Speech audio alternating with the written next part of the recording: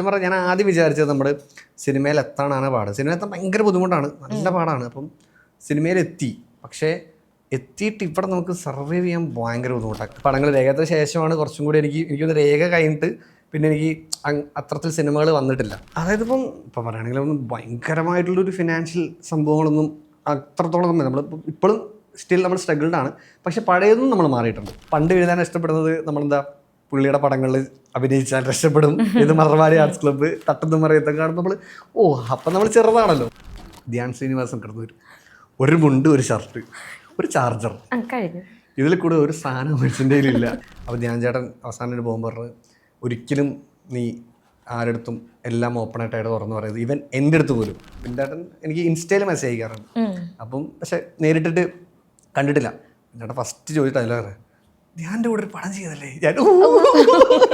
ശരിക്കും പറഞ്ഞാൽ അങ്ങനെ ഓപ്പണപ്പ് പാടില്ല. അങ്ങനെ ഓപ്പണപ്പ് ആയതുകൊണ്ട് എനിക്ക് കുറേ പ്രശ്നങ്ങൾ വന്നിട്ടുണ്ട്. നമ്മൾ വിചാരിക്കും അവർ നമ്മുടെ ബെസ്റ്റാണ്, പക്ഷെ അവർക്ക് നമ്മൾ ജസ്റ്റ് ഫ്രണ്ട് മാത്രമേ ആയിരിക്കുള്ളൂ. അങ്ങനെ ഒരു സംഭവം ലൈഫിലുണ്ടായിട്ടുണ്ട്. അത് നമുക്ക് സംഭവിച്ചോളം ഭയങ്കര വിഷമമുള്ള. ഇപ്പം ഓഡീഷൻസ് അറ്റൻഡ് ചെയ്യാറില്ല. കാരണം വെച്ചാൽ ഒന്നാമത്തെ കേസ് ഞാൻ ഓഡീഷൻ ചെയ്താൽ പൊട്ടും. അതായത് ഇവരൊക്കെ എനിക്ക് പേഴ്സണലി സത്യം പറഞ്ഞാൽ എന്നെ ഭയങ്കരമായിട്ട് തന്നെ ഒരു അനിയനെ പോലെ കൊണ്ട് നടന്നിട്ടുണ്ട്. ഉണ്ണിലാലുവാണ് ഇന്ന് കൂടെ ഉള്ളത്. ഉണ്ണി, വെൽക്കം. Thank you. കുഴപ്പമില്ല, സ്ഥിരമാണ് ഓപ്പോസിറ്റ് വരാറുള്ളത്. അപ്പൊ എന്തൊക്കെയുണ്ട് ഉണ്ണി വിശേഷങ്ങൾ? ഭയങ്കര ഒരു പോസിറ്റീവ് എനർജിയോട് ഇന്ന് വന്നേക്കുന്ന ഒരു ഓറ ഫീൽ ചെയ്യുന്നുണ്ട്. എന്തൊക്കെയാണ് പുതിയ വിശേഷങ്ങൾ? നല്ല വിശേഷം. ഇപ്പം ഒരു പടത്തിന്റെ ഷൂട്ട് നടന്നുകൊണ്ടിരിക്കുകയായിരുന്നു. അപ്പോൾ ആ പടത്തിന്റെ ലൊക്കേഷൻ നടന്നുകൊണ്ട് അവിടെ മൊത്തത്തിൽ പോസിറ്റീവ് ആയതുകൊണ്ടും നമ്മൾ പോസിറ്റീവാണ്. ആ ഒരു എനർജി ഇങ്ങനെ നിൽക്കുന്നുണ്ട്. ഓക്കെ, അപ്പോൾ നമുക്ക് ചോദ്യങ്ങളിലേക്ക് തന്നെ കിടക്കാം. ഇപ്പം നമ്മുടെ സോഷ്യൽ മീഡിയ ഇപ്പം ഇങ്ങനെ കത്തി നിൽക്കുന്ന ടൈമാണ്. ഇതിൽ ഇപ്പം OG കോണ്ടന്റ് ക്രിയേറ്റേഴ്സ് എന്ന് പറയാൻ പറ്റുന്ന ആ ടീമിലെ ഒരാളും കൂടെയാണ് ഉണ്ണി എന്ന് പറയുന്നത്. അപ്പം ഇപ്പം ഈ കോണ്ടന്റ് ക്രിയേറ്റേഴ്സിന് കിട്ടുന്ന ഒരു അക്സെപ്റ്റൻസ് ഉണ്ട്. അന്ന് ഈ കോണ്ടന്റ്സ് ചെയ്തിട്ട് സിനിമയിലേക്ക് വരാനായിട്ട് നല്ല പാടുപെട്ടിരുന്നു. പക്ഷെ ഇങ്ങനെ കഷ്ടപ്പെട്ടിട്ടാണെങ്കിലും സിനിമയിലേക്ക് എത്തി. അത്യാവശ്യം കുറേ ക്യാരക്ടേഴ്സ് ഒക്കെ ചെയ്ത് അവിടുന്ന് ശ്രദ്ധിക്കപ്പെടുന്ന ക്യാരക്ടേഴ്സിലേക്കൊക്കെ എത്തി. അതിനെല്ലാം വലിയ രീതിയിലുള്ള അക്സെപ്റ്റൻസ് ഒക്കെ കിട്ടിയിട്ട് ഇപ്പം വരെയുള്ള, അതായത് മറ്റേ ഒരു സെയിൽസ്മാൻ്റെ ജേർണി മുതൽ തുടങ്ങുകയാണ്. അവിടുന്ന് ഈ കോണ്ടന്റ് ക്രിയേഷൻ, സിനിമ, അവിടുന്ന് ഈ നെഗറ്റീവ് ഷെയ്ഡുള്ള ക്യാരക്ടേഴ്സും അക്സെപ്റ്റൻസ് ഇതെല്ലാം നോക്കിക്കഴിയുമ്പം ഉണ്ണിലാലു എന്ന് പറയുന്ന വ്യക്തിയെ ശരിക്കും ഉണ്ണി എങ്ങനെയാണ് ഈ മോൾഡ് ചെയ്തെടുത്ത് ഇപ്പം കാണുന്ന ഒരു നിലയിലേക്ക് എത്തിച്ചതിനെ പറ്റി ചോദിച്ചു കഴിഞ്ഞാൽ എന്ത് പറയും? അനർഗളമായ ചോദ്യങ്ങളാണല്ലോ. അല്ല, അങ്ങനെയൊന്നുമില്ല. ഇപ്പം നമ്മൾ എന്നെ സംബന്ധിച്ചോളം ഞാനങ്ങനെ നമുക്കൊരു പാഷനുണ്ട്. ഇപ്പോൾ സിനിമയാണ് നമ്മുടെ പാഷൻ എന്ന രീതിയിൽ ഞാനത് അതിലേക്ക് എത്താൻ വേണ്ടിയിട്ടുള്ള ശ്രമങ്ങൾ പരിപാടികളാണ് ചെയ്തുകൊണ്ടിരുന്നത്. അപ്പോൾ ആ സമയത്താണ് നമ്മൾ ഈ കോണ്ടന്റ് ക്രിയേഷൻ പരിപാടി സ്റ്റാർട്ടിങ്. എനിക്കൊന്ന് നമ്മളാണ് ആദ്യത്തെ കോണ്ടന്റ് ക്രിയേറ്റ് ചെയ്യുന്ന ആൾക്കാർ ഫസ്റ്റ് ചെയ്യുന്നത്. അപ്പം അത് ആ സമയത്ത് ഭയങ്കര റീച്ച് ആയിരുന്നു. ഭയങ്കര എന്താ പറയുക, നമ്മൾ പുറത്തിറങ്ങിയാലും നമ്മൾ തിരിച്ചറിയുന്നു. അപ്പോൾ നമ്മൾ ഈ സാധനം ആദ്യമായിട്ടാണ് എക്സ്പീരിയൻസ് ചെയ്യുന്നത്. നമ്മൾ പുറത്ത് പോകുമ്പോൾ ലുലുവിലൊക്കെ പോകുമ്പോൾ ആളുകൾക്ക് നമ്മൾ ഫോട്ടോ എടുക്കുക, നമ്മൾ കൊള്ളാലോ. കാരണം നമ്മൾ സിനിമാ നടന്മാരെ മാത്രമാണല്ലോ ഈ ഫോട്ടോ എടുത്ത് കണ്ടത്. അപ്പോൾ പെട്ടെന്ന് ഇങ്ങനത്തെ പരിപാടിയൊക്കെ വരുമ്പോഴായിരിക്കും അയ്യോ കൊള്ളാലോ പരിപാടി. അപ്പോൾ അത് ഭയങ്കര ഫീലായിരുന്നു. പക്ഷേ എനിക്ക് ആ സമയത്ത് സിനിമ നമ്മൾ ഇതും കൊണ്ടിട്ട് ഞാൻ കുറേ ആൾക്കാർ ആ സമയത്ത് അപ്രോച്ച് ചെയ്തായിരുന്നു. അപ്പം എനിക്ക് കിട്ടിയത് അത്ര നല്ല എക്സ്പീരിയൻസ് ആയിരുന്നില്ല. കാരണം അന്ന് ഇത് ആരും കൂടെ അക്സെപ്റ്റ് ചെയ്യുന്നില്ലോ, കുറേ പേര് വീഡിയോ ചെയ്യുന്നു എന്നുള്ളതാണ്. പക്ഷേ നമ്മളത് കഴിഞ്ഞ് 2 വർഷം കഴിഞ്ഞ് 3 വർഷം കഴിഞ്ഞപ്പോഴത്തേക്ക് നമ്മളെ ഏകദേശം പരിപാടി നിർത്തി. ഇപ്പോൾ ഞാനാണെങ്കിൽ സിനിമ പരിപാടി കുറച്ചും കൂടി യൂട്യൂബിലേക്ക് വലിയ ഷോർട്ട് ഫിലിംസ് ചെയ്യാൻ വേണ്ടി തുടങ്ങി. അപ്പോഴേക്ക് കുറച്ചും കൂടി കോണ്ടന്റ് ക്രിയേറ്റേഴ്സ് വന്നു, അങ്ങനെ സ്റ്റാർട്ട് ചെയ്ത് തുടങ്ങി കുറച്ച് പേര്. അതിന് ശേഷമാണ് ഇപ്പം കാണുന്നൊരു ബൂം ഉള്ള പരിപാടി. അപ്പം ഞാനിപ്പോൾ റീസെൻ്റ്ലി ഇപ്പം വാഴ കണ്ടപ്പം ഞാനും ഷാരിഖൊക്കെ ഞങ്ങൾ ഒരുമിച്ചാണ് കണ്ടത്. അപ്പം ഞാനും ഷാരിഖുണ്ട്, ഞാൻ പറഞ്ഞു നമ്മളിതൊക്കെ ചെയ്യുമ്പോൾ നമ്മൾ ആർക്കും വേണ്ടായിരുന്നല്ലോടാ. പക്ഷെ ആളുകൾക്ക് ഇഷ്ടമാണ്, കാണുന്നവർക്ക് നമ്മളെ ഭയങ്കര കാര്യമാണ്. ഇപ്പോഴും നമ്മൾ പുറത്തിറങ്ങുമ്പോൾ ചോദിക്കും, അല്ല എന്താണ് വീഡിയോസൊന്നും ചെയ്യാത്ത എന്താ? ഞാൻ പറഞ്ഞത് സിനിമ ഞാൻ വീഡിയോസൊക്കെ നിർത്തി സിനിമ ചെയ്യുന്നു. അത് എനിക്കറിയാം, പക്ഷേ വീഡിയോസൊക്കെ ചെയ്യണ്ടേ. ആളുകൾക്ക് പേഴ്സണലി ഇപ്പോഴും നമ്മളെ കോണ്ടന്റ് ചെയ്യുന്നത് ഭയങ്കര, അല്ലെങ്കിൽ എൻ്റെ ഷോർട്ട് ഫിലിംസ് ഒക്കെ ഭയങ്കര ഇഷ്ടമാണ്. അപ്പം ഈ ജേണി എന്ന് പറയുമ്പോൾ എനിക്ക് ഭയങ്കര സന്തോഷമുണ്ട്. കാരണം ഞാൻ ഒന്നുമില്ലാതെ സ്റ്റാർട്ട് ചെയ്തുകൊണ്ട് ബാക്കപ്പ് ഇല്ലല്ലോ നമുക്ക്, പ്രത്യേകിച്ച് ബാക്ക്ഗ്രൗണ്ട് ഇല്ല. നമ്മളിവിടെ കൊച്ചിയിൽ വന്ന് കയറുമ്പോൾ നമ്മൾ വിചാരിക്കും ഇവിടെ എന്താ ചെയ്യേണ്ടത് എന്ന് വിചാരിച്ച് വന്ന സമയത്ത് ഇപ്പം കുറച്ച് പേര് നമ്മൾ അറിയുകയും ചെയ്യും. പിന്നെ നമ്മൾ മൊത്തത്തിലൊക്കെ സിനിമയിലൊക്കെ അഭിനയിച്ചു ഇത്രയും. അപ്പം ഞാൻ ഈ അടുത്ത് ഞാനൊന്ന് ചുമ്മാ എൻ്റെ സിനിമ ഉണ്ട്, അപ്പം ഞാൻ ഇത്രയും സിനിമ ഞാൻ ചെയ്തു എന്നുള്ളൊരു സാധനം വന്നപ്പോൾ ഞാൻ കൊള്ളാം, സൂപ്പറാണ് എന്നുള്ളൊരു ഫീൽ, ഐ ലൈക്ക് ഒരു പ്രൗഡ് പരിപാടി എനിക്ക് എന്നെ തന്നെ കാണുമ്പോൾ എല്ലാ ദിവസവും തോന്നാറുണ്ട്. ഇപ്പൊ കുറച്ച് വർഷങ്ങൾക്ക് മുൻപാണല്ലോ ഈ കൊച്ചിയിൽ സിനിമാ മോഹമായിട്ടൊക്കെ വരുന്നത്. അപ്പം പലയിടത്തായിട്ടും പറഞ്ഞിട്ടുണ്ട് അന്ന് തുച്ഛമായ സാലറിയിലാണ് ഈ കോണ്ടന്റ് ക്രിയേഷൻ തന്നെ ഒരു സാലറി ബേസിലാണ് ചെയ്തതൊക്കെ. അന്ന് കൊച്ചിയിൽ എങ്ങനെ സർവൈവ് ചെയ്യണം എന്നറിയില്ല, ഈ ഒരു സാലറിയിൽ നിൽക്കാൻ പറ്റില്ല എന്നറിയില്ല, സിനിമയിലേക്ക് എങ്ങനെ എൻ്റർ ആവണം എന്നറിയില്ലായിരുന്നു. അവിടെ നിന്ന് ലൈക്ക് അന്നത്തെ ആ കൊച്ചിയിൽ സർവൈവ് ചെയ്ത ഒരു ഉണ്ണി എങ്ങനെയായിരുന്നു? ഇപ്പോൾ അല്ല, അന്ന് കുറച്ച് കഠിനമായിരുന്നു. കാരണം കൊച്ചിയിൽ വന്ന് ഒന്നാമത് ഞാൻ കോഴിക്കോട് നിന്നായിരുന്നു. അപ്പോൾ എനിക്ക് കൊച്ചിയെ പറ്റി പ്രത്യേകിച്ച് ഒരു ഐഡിയ ഇല്ല. ഇത് എന്താ കൊച്ചി എന്ന് പറയുമ്പോൾ ഇടയ്ക്ക് എപ്പോഴെങ്കിലും ലുലുമാള് കാണാൻ മാത്രമേ ഞാൻ ലുലുമാള അന്ന് ലുലുമാള ഇല്ല. ഞാൻ വന്ന സമയത്ത് പണ്ട് ഒബ്രോമോള, പിന്നീട് ഞാൻ വന്നപ്പോൾ ലുലുമാള വന്നു. പക്ഷേ ഒബ്രോമോളൊക്കെ ആ സമയത്ത് വന്ന ഇത് ഓഡീഷൻസിന് വരുന്ന സമയത്ത് ഒബ്രോമോള മാത്രമേ ഉള്ളൂ. അപ്പോൾ നമ്മൾ രാവിലെ അവിടെ വന്ന് മറ്റേ അവിടെ നിന്നാണ് കുളിയും പല്ലതേപ്പൊക്കെ വാക്സിൻ നമ്മൾ നേരെ ഓഡീഷൻസിന് പോവാം. അപ്പം വന്ന സമയത്ത് ഒന്ന് ഫുഡ് ഭക്ഷണം കഴിക്കണം. കാരണം നമുക്ക് ചെറിയ സാലറി ഉള്ളൂ, സ്റ്റേ വേണം, ഫുഡ് കഴിക്കണം, ഇതിനൊക്കെ ടാസ്ക്കാണ്. അപ്പം ഒരു ഓപ്ഷൻ വേണമല്ലോ. അപ്പം ഞാൻ നോക്കുന്ന ഒരു ഹോസ്റ്റലെടുത്തു. ഹോസ്റ്റലിൽ എനിക്ക് തോന്നുന്നു ഒരു 3000 രൂപ ഹോസ്റ്റൽ.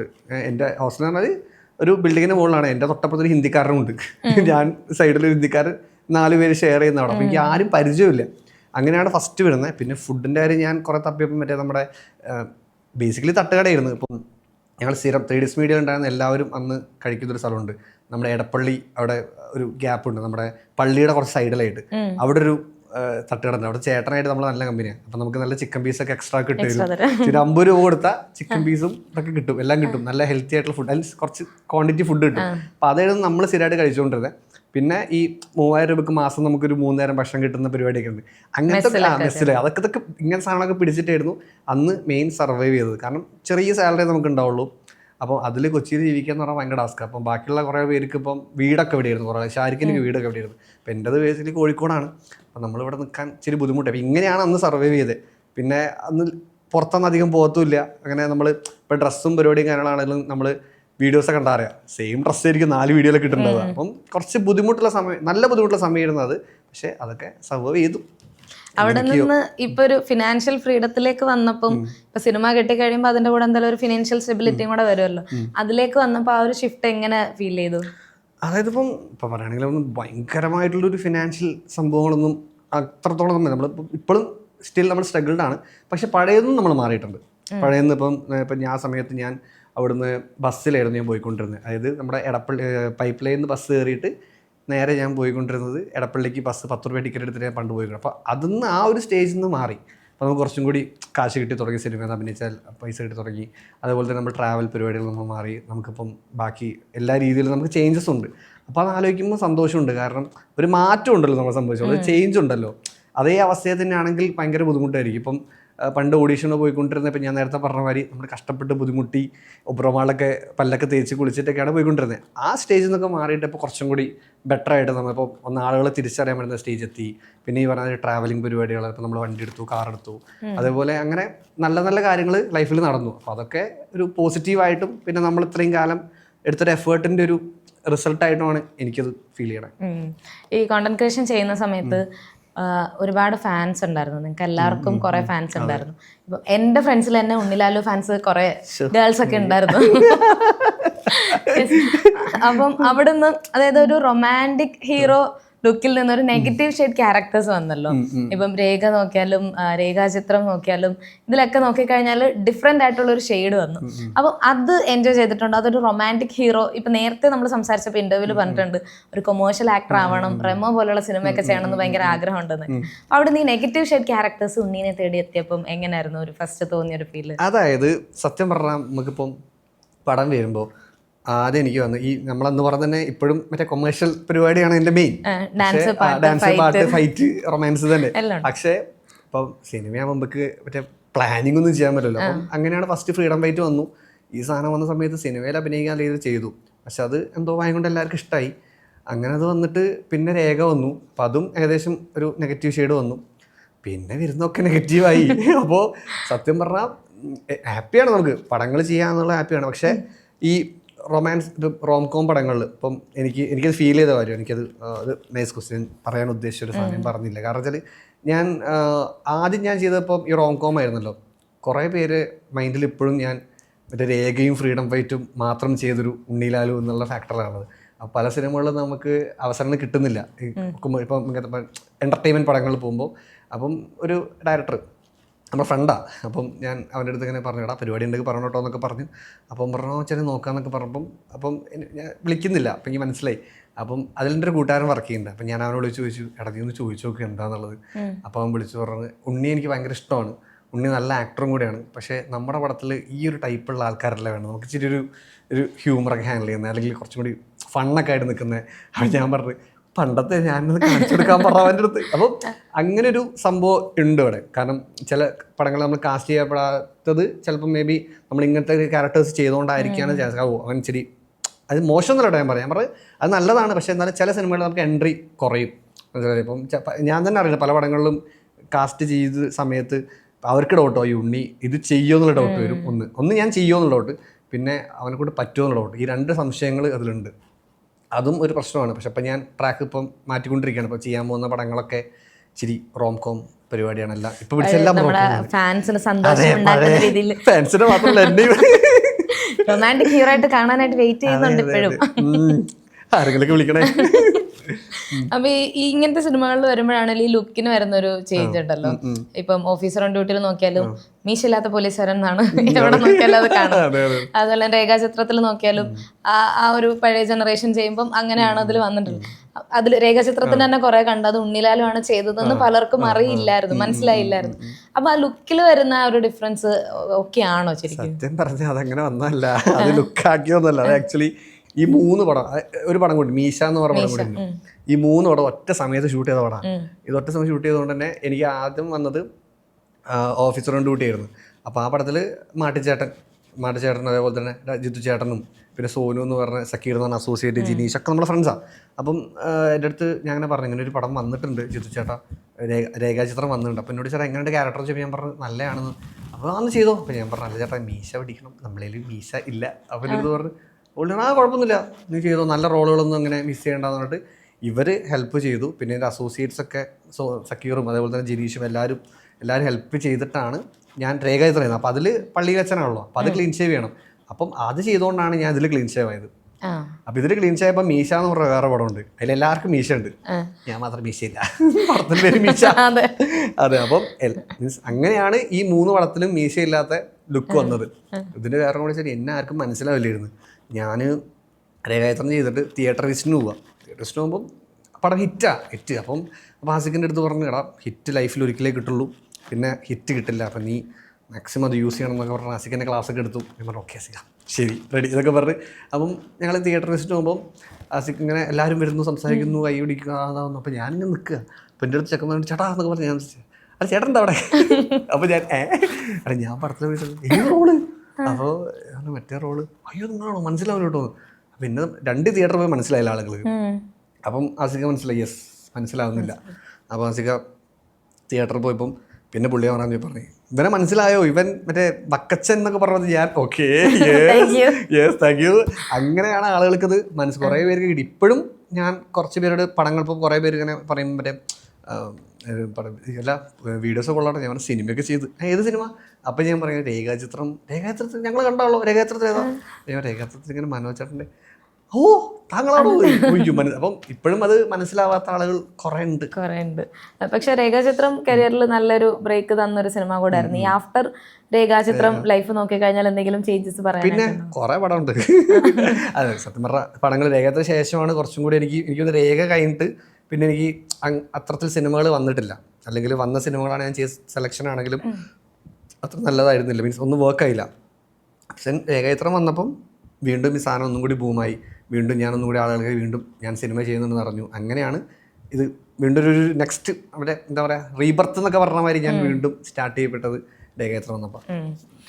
ഇപ്പോഴും ഒരു സ്ട്രഗ്ലിംഗ് ആക്ടർ ആയിരുന്നു എന്ന് പറഞ്ഞിട്ടുണ്ടായിരുന്നു. ഇപ്പൊ നോക്കിക്കഴിഞ്ഞാൽ ആ ഒരു സ്ട്രഗിളിൽ എന്തെങ്കിലും ചേഞ്ചസ് ഒക്കെ വന്നിട്ടുണ്ടോ? കൂടിയതേ ഉള്ളൂ. അല്ല സത്യം പറഞ്ഞാൽ ഞാൻ ആദ്യം വിചാരിച്ചത് നമ്മുടെ സിനിമയിൽ എത്താനാണ് പാട്. സിനിമ എത്താൻ ഭയങ്കര ബുദ്ധിമുട്ടാണ്, നല്ല പാടാണ്. അപ്പം സിനിമയിൽ പക്ഷേ എത്തിയിട്ട് ഇവിടെ നമുക്ക് സർവൈവ് ചെയ്യാൻ ഭയങ്കര ബുദ്ധിമുട്ടാണ്. കാരണം ഒന്ന് ലിറ്ററലി ഒരുപാട് കോമ്പറ്റീഷൻസ് ഉണ്ട്. പിന്നെ നമുക്ക് ഈ പറഞ്ഞ മാതിരി അവസരങ്ങൾ കിട്ടുക എന്നുള്ളത് നമുക്കൊരു പടം ഇപ്പോൾ ഇത്ര പടങ്ങൾ ചെയ്തുകൊണ്ട് നമുക്കിനി വേറൊരു ജോലിക്കൊന്നും പോകാൻ പറ്റില്ല, അല്ലെങ്കിൽ പറ്റായൊന്നുമില്ല. പക്ഷെ എന്നാലും പറയാം, നമുക്ക് നമ്മുടെ പാഷൻ ഇതാണല്ലോ. അപ്പം കണ്ടിന്യൂസ് പടം ചെയ്യും വേണം. അപ്പം ചാൻസുകൾ നമ്മളെല്ലാവരോടും ചോദിക്കണം. ചിലപ്പോൾ കിട്ടും, കിട്ടാതിരിക്കും. അത് ഈ സ്റ്റേജാണ് എന്നെ സംബന്ധിച്ചോളം ഭയങ്കര ടാസ്ക് ആയിട്ടുള്ളത്. കാരണം സർവൈവ് ചെയ്തേ പറ്റുള്ളൂ. ഇനിയൊരു തിരിച്ചു പോക്കില്ല ശശി എന്ന് പറഞ്ഞ കാര്യം. ഇതാണ് ഏറ്റവും സ്ട്രഗിൾ ടൈം. ഈ കരിയർ തുടങ്ങിയ ടൈമിൽ ഈ സിനിമാ മോഹം അറിയുന്ന കാലം മുതൽ കൂടെ നിൽക്കുന്ന കുറച്ച് പേര് എന്തായാലും ഉണ്ടാവുമല്ലോ, തുടക്കം മുതൽ ഇപ്പോഴും സപ്പോർട്ടേഴ്സ് ആയിട്ട് കൂടെ നിൽക്കുന്നവരൊക്കെ ഉണ്ടല്ലോ. പുള്ളിനെ സംബന്ധിച്ച് എങ്ങനെയായിരിക്കും ഈ സപ്പോർട്ടേഴ്സ്, അത് ഫ്രണ്ട്സ് ആകാം, ഫാമിലി ആകാം, എന്തുമാകാം, എങ്ങനെയായിരിക്കും കൂടെ നിൽക്കുന്നവരെ ഉണ്ണി എങ്ങനെയാണ് എപ്പോഴും നോക്കിക്കാണുന്നത്? എൻ്റെ ഏറ്റവും വലിയ പ്രശ്നം എന്താ വെച്ചാൽ ഞാൻ കൂടെ നിൽക്കുന്ന ആൾക്കാർക്ക് ഭയങ്കര ഇമ്പോർട്ടൻസ് കൊടുക്കും. അതിപ്പം എനിക്കൊരാളെ ഇഷ്ടമായാലും നമ്മളൊരാൾ ഫ്രണ്ട്സായി ഞാൻ ഭയങ്കരമായിട്ട് ഇമ്പോർട്ടൻ്റ് കൊടുക്കുന്നൊരു ക്യാരക്ടറാണ് എൻ്റെത്. പിന്നെ ഏറ്റവും വലിയ പ്രശ്നം ഞാൻ എല്ലാം തുറന്നും പറയും. നമ്മൾ ഇപ്പം ജസ്റ്റ് 2 ദിവസം കമ്പനി ഉണ്ടെങ്കിൽ നമ്മളെല്ലാം തുറന്നു പറയും. അത് പറഞ്ഞെല്ലാം നമുക്ക് പ്രശ്നമായിട്ടുള്ളൂ. ഞാൻ എന്തൊക്കെ നമ്മൾ അങ്ങനെ പറഞ്ഞിട്ടുണ്ടോ അങ്ങനെ പറഞ്ഞ ആൾക്കാർ അത് പറയാൻ പാടില്ല. ഒരു മോശം ശീലമാണെന്ന് എനിക്കറിയാം അത് മോശമാണ്. പക്ഷേ ഞാൻ പറഞ്ഞു, നമ്മൾ ഫ്രണ്ട്സായി കഴിഞ്ഞാൽ നമ്മൾ 2 ദിവസം കമ്പനി ആയിരിക്കും, പക്ഷെ എന്നാലും നമ്മൾ കുറേ ഓപ്പണപ്പ് ആവും. ശരിക്കും പറഞ്ഞാൽ അങ്ങനെ ഓപ്പണപ്പ് ആവാൻ പാടില്ല. അങ്ങനെ ഓപ്പണപ്പ് ആയതുകൊണ്ട് എനിക്ക് കുറേ പ്രശ്നങ്ങൾ വന്നിട്ടുണ്ട്. അപ്പം അതെൻ്റെ ലൈഫിൽ സംഭവിച്ചൊരു ഭയങ്കര, ഇപ്പം ഈ പറഞ്ഞ കൂട്ടുകാർ കാരണമൊക്കെ നമ്മൾ എപ്പോഴും നമ്മൾ ട്രസ്റ്റ് ചെയ്യുന്ന ആൾക്കാരുണ്ടല്ലോ, നമ്മൾ ചില സമയത്ത് ഇവരായിരിക്കില്ല. നമ്മൾ വിചാരിക്കും നമ്മൾ ഇവരുടെ അടുത്ത് എല്ലാം പറയുന്നു, ഇവരുടെ അടുത്ത് എല്ലാം സേഫായിട്ടായിരിക്കുന്നു. ഒരിക്കലുമില്ല. നമ്മളെ കാര്യം മാത്രമേ നോക്കാൻ പാടുള്ളൂ എന്നുള്ളതാണ് മനസ്സിലായി. എനിക്ക് മനസ്സിലായത്. കാരണം ഞാൻ പറഞ്ഞ പല കാര്യങ്ങളും നമ്മളറിയാതെ വേറെ അടുത്ത് പോയി പറയും. പക്ഷേ നമ്മൾ പറയുന്ന രീതിയിലായിരിക്കില്ല അത് പറഞ്ഞിട്ടുണ്ടാവുക, അത് വേറെ രീതിയിലേക്ക് പോയിണ്ടാവുക. പിന്നെ നമ്മൾ വിചാരിക്കില്ല ഇവൻ എൻ്റെ ഒരു ബെസ്റ്റ് ഫ്രണ്ടാണ്, ഇവനാണ് എൻ്റെ ബെസ്റ്റ് ഫ്രണ്ട്. പക്ഷെ ആയിരിക്കില്ല. അവന് ആവശ്യങ്ങൾക്ക് ഇപ്പം എനിക്ക് എക്സ്പീരിയൻസ് ഉണ്ട്. എൻ്റെ കൂട്ടുകാരന്മാർ അല്ലെങ്കിൽ ഞാൻ ഭയങ്കര ട്രസ്റ്റ് ചെയ്ത എൻ്റെ കുറേ ഫ്രണ്ട്സ്, അവർ നമ്മൾ വിചാരിക്കും അവർ നമ്മുടെ ബെസ്റ്റാണ്. പക്ഷെ അവർക്ക് നമ്മൾ ജസ്റ്റ് ഫ്രണ്ട് മാത്രമേ ആയിരിക്കുള്ളൂ. അങ്ങനൊരു സംഭവം ലൈഫിലുണ്ടായിട്ടുണ്ട്. അത് നമുക്ക് സംഭവിച്ചോളം ഭയങ്കര വിഷമമുള്ള. ഇപ്പം ഞാൻ എൻ്റെ സർക്കിൾ നോക്കുകയാണെങ്കിൽ ഇപ്പം എൻ്റെ ഫിൽട്ടറാണ്. എനിക്കിപ്പോൾ ഒരുപാട് ഫ്രണ്ട്സൊന്നുമില്ല. എൻ്റെ കുറേ പണ്ട് ഞാൻ ഇൻ്റർവ്യൂവിൽ വന്നിരുന്ന് ഫസ്റ്റ് പറഞ്ഞ ഇൻ്റർവ്യൂവിൽ എൻ്റെ ആദ്യ ഇൻ്റർവ്യൂ എൻ്റെ ഫ്രണ്ട്സാണ് എല്ലാം എന്നൊക്കെ പറഞ്ഞു. പക്ഷേ ഞാൻ ആ സമയത്ത് വിചാരിച്ചു എൻ്റെ ഫ്രണ്ട്സ് ആയിരിക്കും എൻ്റെ എല്ലാം ഒന്ന്. പക്ഷേ എനിക്ക് നല്ല ഫ്രണ്ട്സും ഉണ്ട്.